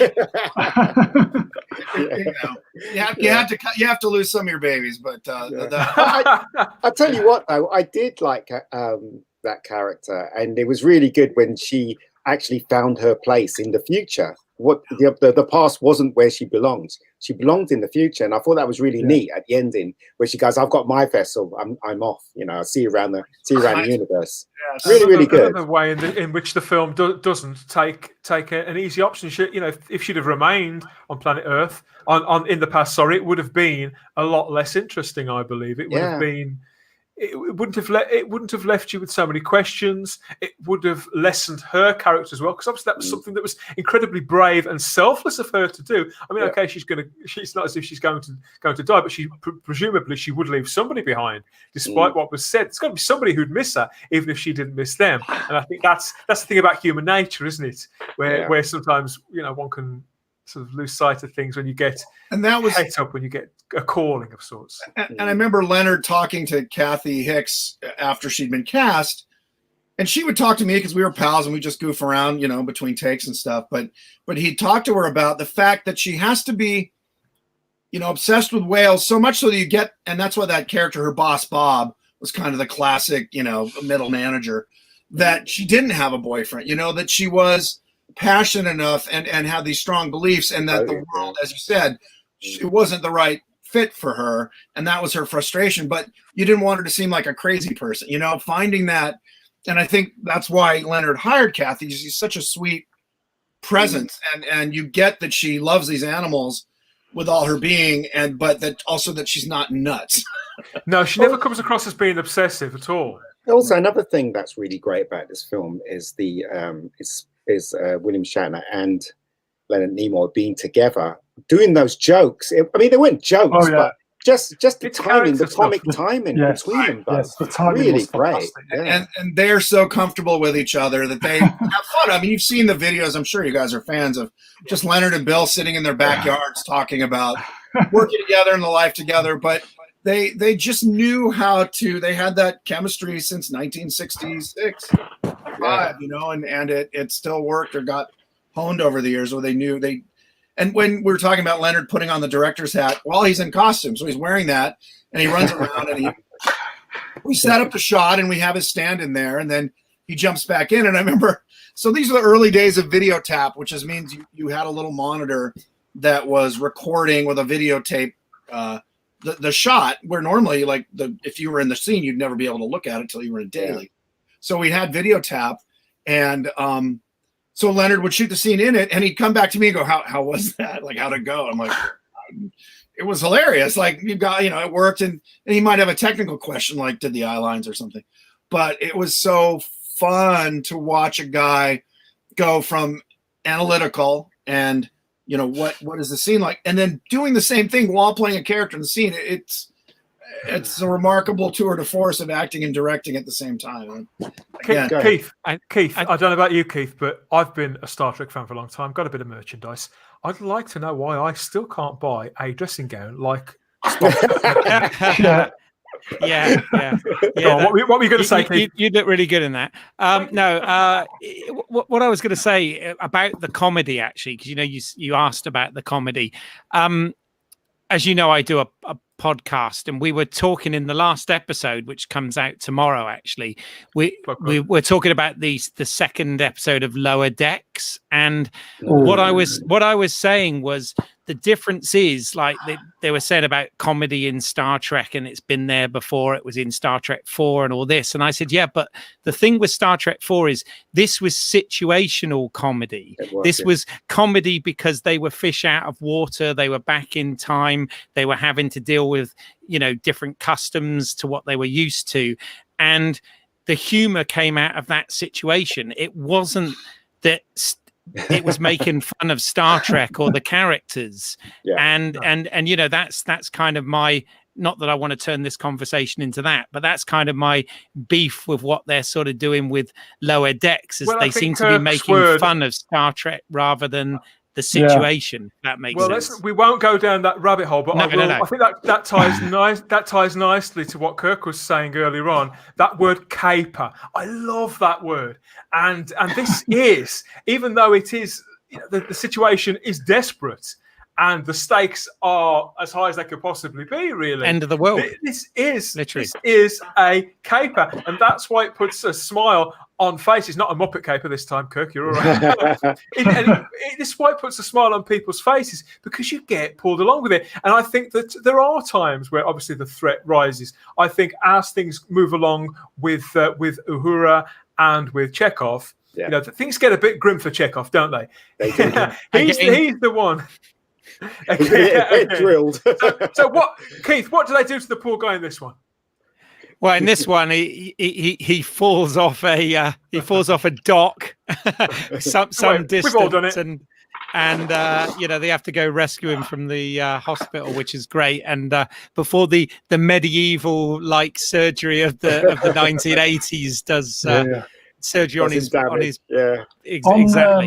If I may say, on a positive note for Chekhov, this time he wasn't wearing the Tom Thumb outfit. Oh God, yes. Oh God, yeah. All in leather capes. Yeah. Beautifully, and doesn't DeForest Kelly look dashing and totally convincing? You would trust this doctor with your life. Kidney dialysis. I love that scene. What's this, the Dark Ages?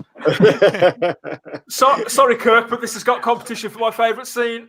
No, I to me it's all great. There's no obviously I'm in one, but I loved all this stuff. Doctor, give me a pill. I do a new kidney. Doctor, give me a pill. She was delightful. He was basically just this happy old lady who had done some acting, and he was really fun to have on set. And the guy who played the doctor, the Ray, I can't remember his last name, but the one who's like, "What are you doing in here? Get out of here!" Leonard said we were casting him. He said, the guy there with the mask, being a good Californian right now. He said, I cast him because he has a face that you want to slap.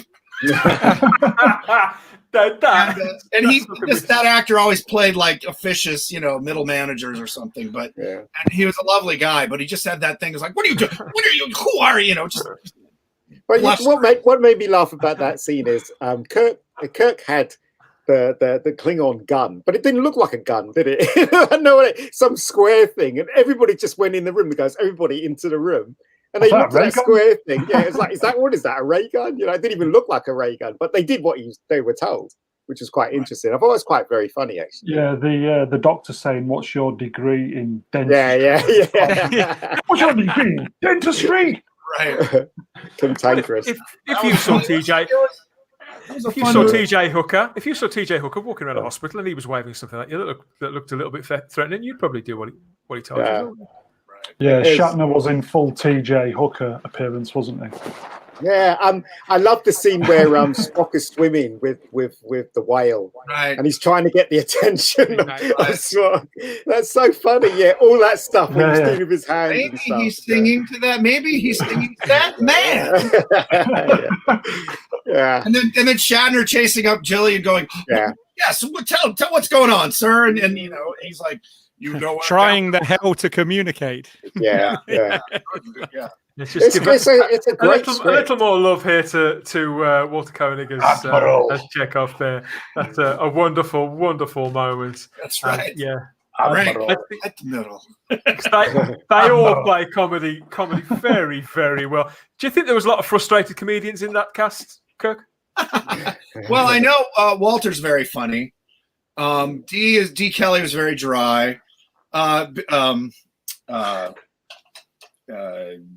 Well, Nichelle wasn't particularly a cut up. Bill likes to be whimsical. Leonard likes to laugh, and dry sense of humor. I guess Walter and to some degree Jimmy Doohan. Again, D. Kelly is very dry sense of humor. Classic D. Kelly story. So I'm all dressed up for the makeup and wardrobe test as the punk in LA before we go up to San Francisco. There I am with the gang. I love that picture, by the way. They were all there in front of the Bounty, and I'm like, I got to get a picture with the whole crew because I had tons of pictures with Leonard and Bill. And so I walk out of the makeup trailer. I'm all dressed as the punk, the whole 9 yards, what we're going to film just as a test. And D. Kelly comes out of his trailer because he's doing wardrobe fitting, and he's dressed as Bones. And he just stands. I say, "Oh, hey, D." And I'm kind of giggling because I know what I look like. And he looks me up and down. And he goes, "Hey, Kirk, nice shoes. Which is the only thing I was wearing. They were just like standard black leather high tops. But I was in, torn jeans, an Annika shirt, the jacket with all the metal on it and the piercings in my ears. And he just goes, nice shoes. And I just, thanks, D. He was great. They were all, and they were all used to working with each other and they kind of knew the deal. They're lucky, very lucky. The studio didn't treat them very well.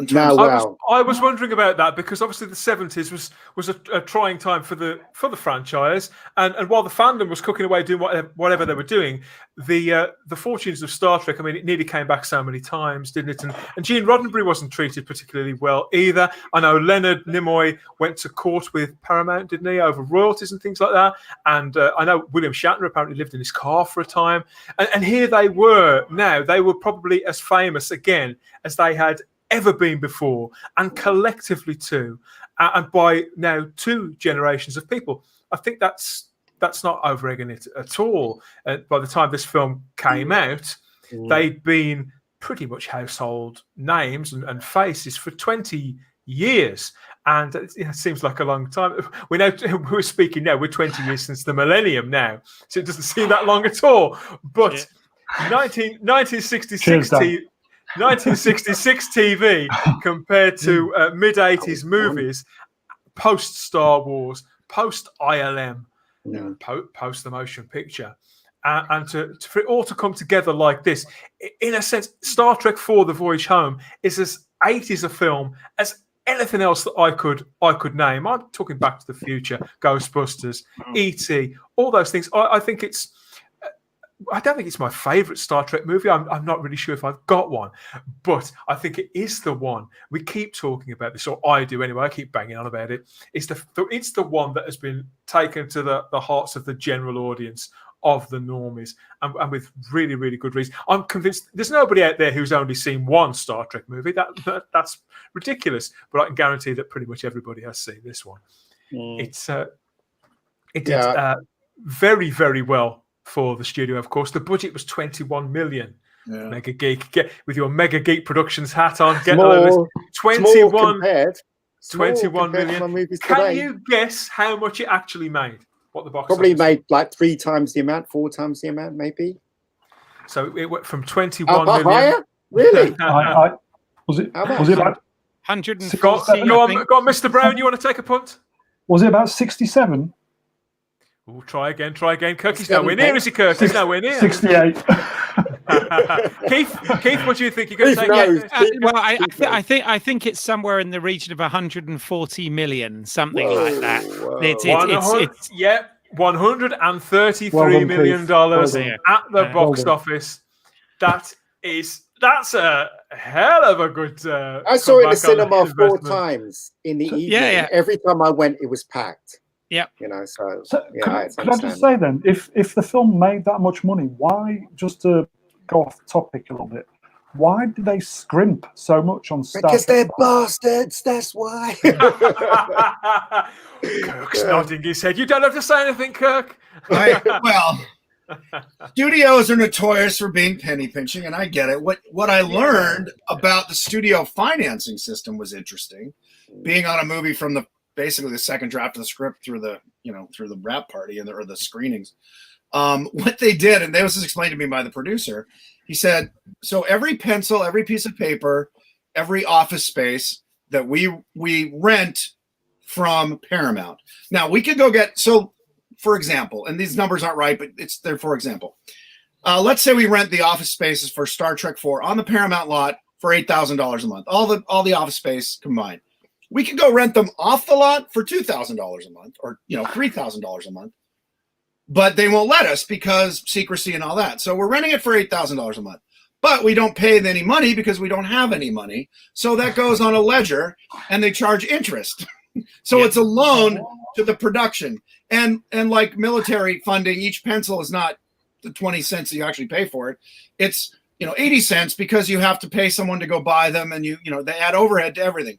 So you've got all the supplies, the materials, the office space, the cars, the meals, that's all put on this ledger plus interest. And it's not, the movie started in like 84 and went through 86. So 2.5 years of all that stuff with overhead, adding interest, suddenly the $21 million that was spent is not the budget. It's what was the hard line, but the number that they say it cost goes up exponentially. And then they add on top of that,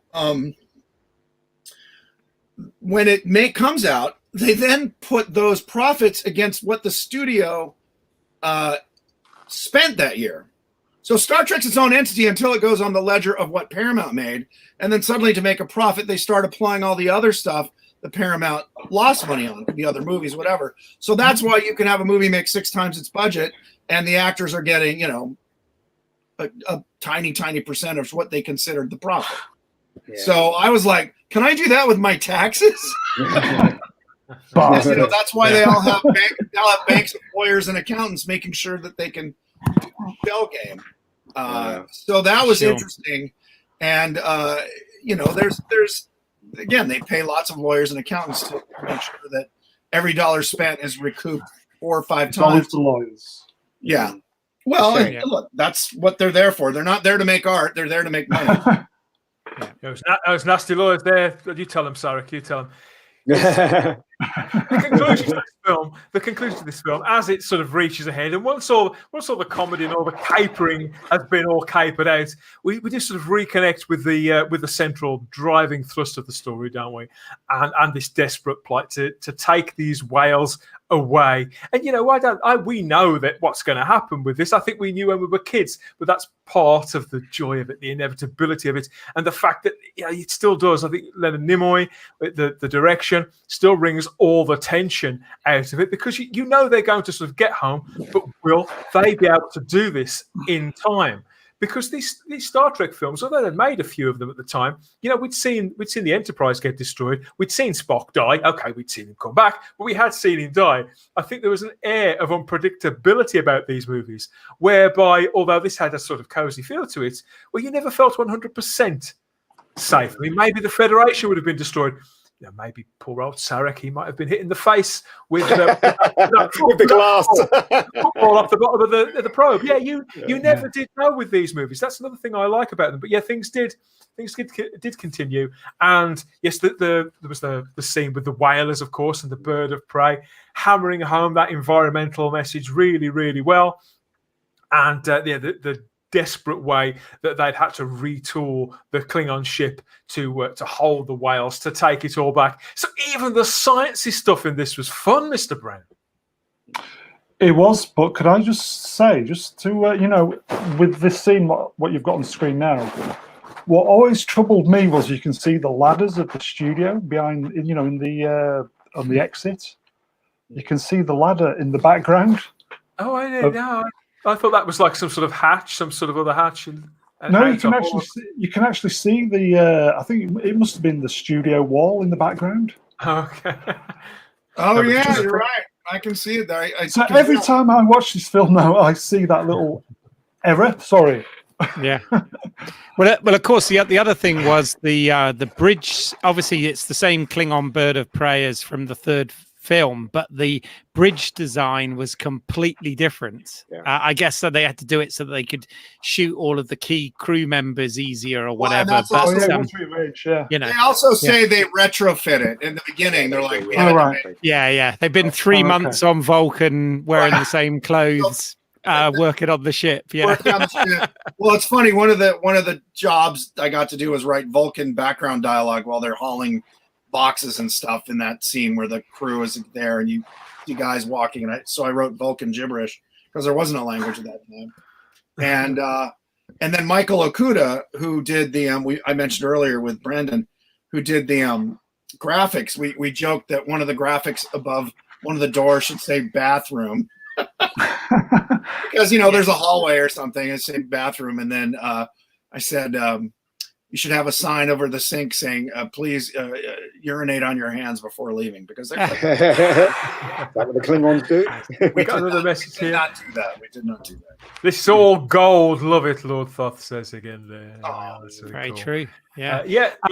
One of the other things I like that Star Trek 4 did which isn't to do with the main plot, but I like the way that it's expanded out the Federation and Starfleet. You already mentioned John Schruck as the Klingon ambassador, which we see again in Star Trek VI. But you also get Admiral Cartwright, played by Brock Peters. And again, I think it's great that they set those characters up in this, and then get to bring them back in a more major role in a later film. And it makes the whole universe feel more believable. And I like that they added that sort of thing. It's a good movie. It's a really good movie, and it's a shame they don't make Trek like this anymore, or even close to the 60s stuff. It seems like this. The sets too. It's all obviously sort of related to the United Nations, and that's what it's harkening back to, isn't it? And all the better for it. And I've always loved these. They call them the Monster Maroons, the uniforms as well, don't they? But you're right, Keith. I think the way it fleshes it all out, and we do get to see. I think that's the first time we get to see a lot of alien cultures there. We'd had a little cantina scene, haven't we, in Star Trek 3? This is the first time we get to see them all sat alongside one another. I think they pan across at one point. Of course, Gillian has taken her place. This is towards the end of the film. She's taken her place because she's going off to that science vessel to start her new life, her new career, or whatever else. It just all feels bigger. And I think by this point, Star Trek: The Next Generation wasn't that far off being launched. I think they'd been working on it for quite a while. So it was becoming, rather than an ongoing series, it was becoming a full franchise. Yes. The money was spent in the right place with this film. It absolutely was. However, was it 30? What would you say it was? 31 million. And we get lots of. Obviously, after everything they've been through, this is the end of a trilogy, and everything they've been through, life and death and living in exile and all that, we get the scenes that we'd wanted to see, haven't we? We get the full complement here, all 7 of them back in uniform, and even though they'd lost the Enterprise, we get them brought before their superiors and given the kind of punishment I think that we'd all wanted to get the entire time, with Kirk restored, his captaincy restored, demoted, but he views it as a promotion. I think, Mega Geek, don't you? Yeah, of course. Spock is like, I stand with my friends. I love that ending, and they all. You just got to love that cast. This is something you'll never see again, I guess. And the comedy was spot on with Shatner. I've never seen Shatner so funny. And he was great in the movie, and all the supporting cast was great as well. As Keith said, they all had something to do this time round, and it made the movie, joyful. It was a very joyful movie. And as everybody says, right, this is the film that the normies went to see and embraced Star Trek. I mean, are they ever going to do that again? Let's face it. I don't know. Well, it's a pity Brandon's not here. He might be able to answer that one. But I was going to say the Orville sort of took those by the horns, and they do like dramedy. They make it a lighter flavor of a space exploration series. And I think a lot of ways, and I know tons of Trek fans who said the Orville is the new Star Trek. It's an absolute delight. I was wondering, something that I've always thought about as well, the title, The Voyage Home. It's a very sweet title. It's a very sort of innocuous title. So it's a viewer-friendly and normie-friendly title. We've established this already. But I wondered, is this a double meaning? Because, yes, the voyage home to the Earth, but we do get, it's sort of a voyage back, isn't it, as well? Back across space dock to a new Starship Enterprise, isn't it? Because the trauma of the 3rd film, and Rob, if you're watching this, I don't think he's ever forgiven them for blowing up the original Enterprise. But I remember I saw this film at the cinema. I won't say how old I was. Very, very young. So I saw this film at the cinema, and at this scene, I had no idea what was going to be happening next. I've been reading DC's Star Trek comics where they sort of done this thing in between Star Trek 3 and 4. You know where this is going, don't you, where Keith? they had the Excelsior, yeah, where they've been on the Excelsior in between, and then they dropped them back on Vulcan in the meantime. But I still didn't see this coming. And as the shuttle there goes across space dock, and they're met with the sight of a brand new Starship Enterprise there with the A on it. It's all the feeling. I can still remember. And do you know what, Kirk? I still get tremors of that now. I think I have seen this film. It's got to be 60, 70 times. Wow. And I'm not one for exaggerating with these. I saw this just like Mega Geek was saying. I think I saw this 4 times at the cinema. I certainly saw it twice on its own, and then I saw it in a double bill with Star Trek 3. And I think I saw it in a double bill with Star Trek 5 as well. So it's up there. It is up there, Kirk. but this moment never loses its power. And the Enterprise, to go back, she looks absolutely beautiful. I've since found out that it was exactly the same model that they'd blown up in the previous film. They spent weeks putting it back together and repainting it. But you would never know. It is absolutely pristine and beautiful.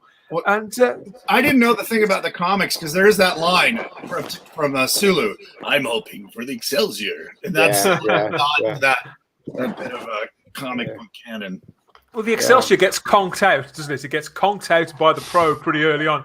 It gets a very undignified little cameo in this film. Doesn't Scotty say that little bucket of bolts? That's number 3. Pearl after Pearl. Yeah. And out into space. These are all money shots. It is money shot after money shot after money shot. I mean, look at the elegance of that design. Apparently, I think it was Nicholas Meyer wanted to completely sort of revolutionize the design of the Enterprise, and it was only because they couldn't really afford to completely redesign it and get a new model that they retrieved the old one and repainted it. But I think it was absolutely the right decision. It just all works. I still think it's the best one. Of all the shots that cost money on this movie, the whale shots particularly, just to build the whale, because that was all basically R&D. Yeah. The most expensive shot in this film, most people wouldn't guess because it's very quick, is the bird of prey model flying under the Golden Gate Bridge. Because we did that with an actual 8-foot bird of prey going into a water tank, and I think they shot it over 100 times, and they just could not get it right. Because it's very difficult. You've got scaled down water, smoke, crashing something into the water, and it's funny. It's because in terms of the movie, it's not. You could have just cut away to the interior and then they're in the water. I mean, you kind of needed it, but the amount of I just remember it was a big thorn in the side, and there were overages due to it. That shot, flying under the bridge and crashing in the water. It's a great shot. Whereas now that'd be pretty easy to recreate with CGI. Yeah, and the water. You can create the water CGI as well, can't you? So it's crazy, isn't it? What they can do today. Unbelievable. Yeah, CG waters pretty much replaced tank work for most. Yeah. But I'm a huge fan of models, though. I remember, seeing the real model. The Walker in Star Wars. I remember seeing that in real life. They're amazing things. Amazing. Phil Tippett. On Muppet Treasure Island, we built a tank at Shepperton and put a life-size or 3/4 size ship in it. And then we built about a 10-foot model and shot it out in sorry, that's not true. We didn't shoot that in water. We shot it dry and then put it in plate shots of the ocean. But yeah, models for things like that where they're not actually interacting with water, they're still great. There's something beautiful about the physical effects. I remember watching, I think it was Great Muppet Caper, where we saw Kermit ride a bike. Yeah. And I still wonder how they did that today. I was like, how the frick did they do that? He was riding a bike. Well, then in the second one, there's 30 of them. Batsy Park. Yeah, they were all riding the bikes. I remember being there, seeing them shoot it. I was up on the hill. They wouldn't let anyone near it, and they were shooting in Batsy Park. And you know, and I remember seeing the film. I was thinking, how the hell did they do that? They're all riding bikes. Are they real? Just want to wave off the Enterprise here as it goes off on its way there. The brand new Enterprise. And I will always say the movie Enterprise is starship porn. There. Less said about that, the better you do you. That's what I always say. And yes, magic moment after magic moment after magic moment. I think we've come to the end of our celebration, our reminiscing of this wonderful Star Trek IV, the Voyage Home movie. But as always, guys, I want to ask you, Mega Geek, how many pointy ears out of 10 do you give the Voyage Home? For me, I'd give it an 8. I really did enjoy this movie. So an 8, 4 full sets of ears. Keith, how many pointy ears out of 10 do you give this one?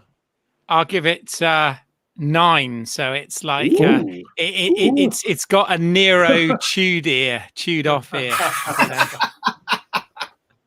Mr. Brown, your turn. How many pointy ears out of 10? Up until recently, I would have given it a strong 7.5, but I watched it again yesterday, and 8 all day long. It's great. Ooh, 8, yeah, cool. And all day long. Please, Kirk is going to get 10.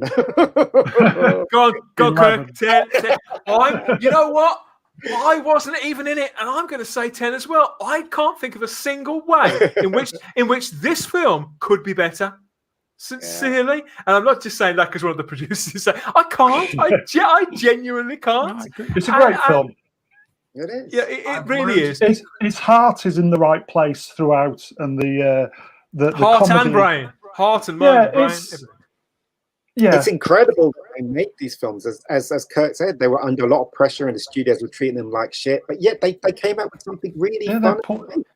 And we are still having conversations about these topics today as well. This is which you could view as quite tragic, couldn't you, Kurt? but I think it just means that we've got more aware, and that conservation issues and environmental issues, have become they're not an industry really. I dare say there are people that do exploit them, and there are still sadly creatures that are endangered.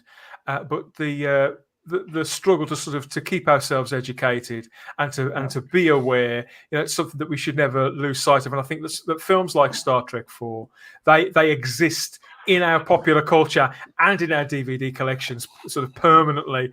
My copy of this, it never gathers any dust for too long. I watch these certainly every calendar year. I bet you do as well, don't you, Keith? You've got it. Yeah. I mean, as you know, I've covered them on Home Media Minefield, the whole Star Trek collection. But I mean, 2, 3, and 4. That's a good evening's entertainment as far as I'm concerned. My little Star Trek trilogy with the original crew, and I love it. So yeah, Kirk. It was so generous of you to come and to share your time with us, to share these stories about a really personal and clearly a joyful time in your life and relationships that obviously meant so much to you.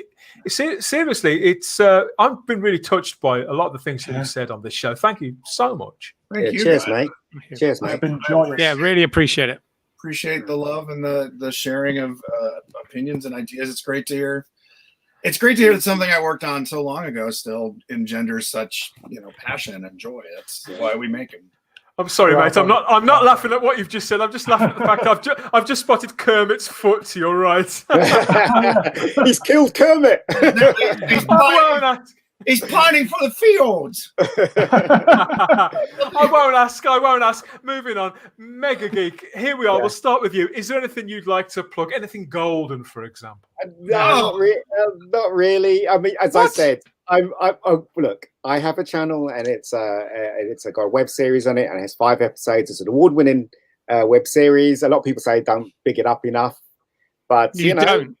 I don't. Well, I'll leave that to you then. You've got to get better at that, man. I watched one that you were in yesterday, and I was shaking my head when, fortunately, the guy who was on with you spoke up and and got Yes, you to big it up. The rabbi's not here, so I'll say it if you don't want to. Yes, subscribe. Go and watch Rebecca Gold on the Rebecca Gold channel on YouTube. It's a web series. There's 5 episodes. You can watch the whole thing in 40 minutes. It's got the lot. It's got action. It's got adventure. It's got intrigue. It's got very attractive women. It's got a crackling script. It's beautifully directed. Sincerely, and we'd love to see some more of it. The acting is impeccable. I'm just looking at a gentleman dressed in blue, and you will enjoy it. Action and adventure. Absolutely a good time is had by all. The Rebecca Gold channel on YouTube. Thank you very much. Thank you. Thank you very much. Well done, mate. Keith, is there anything you'd like to plug, my friend? Mention that podcast. Get a couple of things out again. I was going to say, I don't need to mention Rebecca Gold because you've done that, so that's good. If you are a fan of Star Trek, which I assume if you're watching this, you obviously are, I have a podcast called Let's See What's Out There, which is myself and a co-host in the US, and we talk about all sorts of things Star Trek.